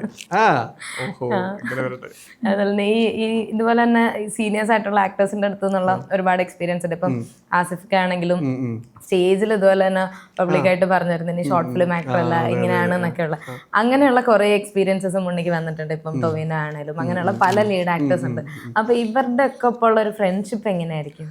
അതായത് ഇവരൊക്കെ എനിക്ക് പേഴ്സണലി സത്യം പറഞ്ഞാൽ എന്നെ ഭയങ്കരമായിട്ട് തന്നെ ഒരു അനിയനെ പോലെ കൊണ്ട് നടന്നിട്ടുണ്ട്. ഈവൻ ചാക്കോച്ചനാണേലും അതേപോലെ തന്നെ നമ്മുടെ ആസിക്കയാണേലും ബാക്കി എല്ലാവരും ഞാൻ വർക്ക് ചെയ്ത ആരോടെ വർക്ക് ചെയ്യുന്നുണ്ടോ അവരൊക്കെ നമ്മളെ ഭയങ്കര പേഴ്സണലായിട്ട് കൊണ്ടു നടന്നത്. ഇപ്പം എല്ലാവരും ഇപ്പം ഇത്രയും സ്റ്റാർസിൽ ഇപ്പം സിദ്ധാർത്ഥ് ഭരതൻ, അതേപോലെ തന്നെ എന്താ പറയുക ധ്യാൻ ചേട്ടൻ, അങ്ങനെ കുറേ പേര്, വിജയരാജൻ ചേട്ടൻ, കുട്ടേട്ടൻ, അങ്ങനെ എല്ലാവരും നമ്മുടെ പയ്യൻ ഇങ്ങനെ നമ്മളെ കൊണ്ടു നടന്നിട്ടുണ്ട് എല്ലാവരും. സ്റ്റിൽ ഇപ്പം ഞാനിപ്പം ചെയ്യുന്ന പടത്തിൽ സിദ്ധു ചേട്ടൻ പഴയ പോലെ ഹടാന്ന് പറഞ്ഞിട്ട് ഇപ്പം ഞാനാ സിദ്ധാനെ വിളിച്ച് പറഞ്ഞു ചേട്ടാ ഇങ്ങനെ ഒരു പരിപാടി ഉണ്ട് വരുന്നത്. അപ്പം എല്ലാം ഭയങ്കര നമ്മളങ്ങനെ ചേർത്ത് കൊണ്ടു നടക്കുന്നുണ്ട്. ഇപ്പോൾ അരുൺ ചേട്ടൻ നമ്മുടെ പണ്ട് ഫോർ ദ പീപ്പിളൊക്കെ ഉണ്ടായിരുന്നു പുള്ളി, അറിയില്ലേ? ഭയങ്കര ഹിറ്റായിരുന്നു അരുൺ ചെറുകാവൽ. പുള്ളി കുറേ പടത്തിൽ ഇപ്പം റീസെൻ്റ് എല്ലാ പടത്തിലും. അപ്പോൾ പുള്ളി ഇപ്പോൾ റീസെൻ്റ് ഞാൻ പരിചയപ്പെട്ടതാണ്. അപ്പോൾ ഭയങ്കര അടിപൊളി. അപ്പം എല്ലാവരും നമ്മുടെ പയ്യുന്ന രീതിയിൽ കൊണ്ടു നടക്കുമ്പം നമുക്ക് തന്നെ ഭയങ്കര സന്തോഷമാവും. ചേട്ടന്മാരൊക്കെ നമ്മൾ ഇഷ്ടപ്പെടുന്നുണ്ടല്ലേ. അപ്പോൾ അതൊരു ഭയങ്കര പേഴ്സണലി എനിക്കും ഫീൽ ചെയ്യുന്നുണ്ട്. കാരണം ഇന്നേവരെ ആരും നമ്മളൊരു മാറ്റി നിർത്തുമോ അങ്ങനൊന്നും സിനിമയിൽ ഉണ്ടായിട്ടില്ല. എല്ലാവരും നമ്മളെ ചേർത്ത് പിടിച്ചിട്ടുള്ള എല്ലാ വർക്ക് ചെയ്ത ആക്ടേഴ്സ് ആണെങ്കിലും അങ്ങനെ നമ്മളെ കൊണ്ടുനടന്നത്. അതിൽ എനിക്കൊരു അപ്പം ആരും ചോദിക്കുമ്പോഴാണെങ്കിലും ഉണ്ണി എങ്ങനെയെന്ന് ചോദിച്ചാൽ അവർ അടിപൊളിയെന്നല്ലാതെ ഭയങ്കര അലമ്പാന്നൊന്നും ഇതുവരെ പറഞ്ഞിട്ടില്ല. അപ്പോൾ അതന്നെ നമുക്കൊരു അസറ്റാണല്ലോ. കാരണം നമ്മളെ ഒരാൾ ഇഷ്ടപ്പെടുക എന്ന് പറഞ്ഞാൽ അത് ഭയങ്കര അടിപൊളിയാണ്. എനിക്കത് കിടലായിട്ട് ഇപ്പോൾ ഫീൽ ചെയ്യുന്നു. അപ്പോൾ എന്തായാലും ഒരുപാട് സന്തോഷമുണ്ട്. എന്താ പറയണ, ഞാൻ ഈ പറഞ്ഞ പോലെ തന്നെ പണ്ട് 2020-19 ആ ടൈമിൽ ഇതുപോലെ തന്നെ നിങ്ങളുടെ കോണ്ടന്റ്സിന്റെ ഒരു ഫാനായിരുന്നു.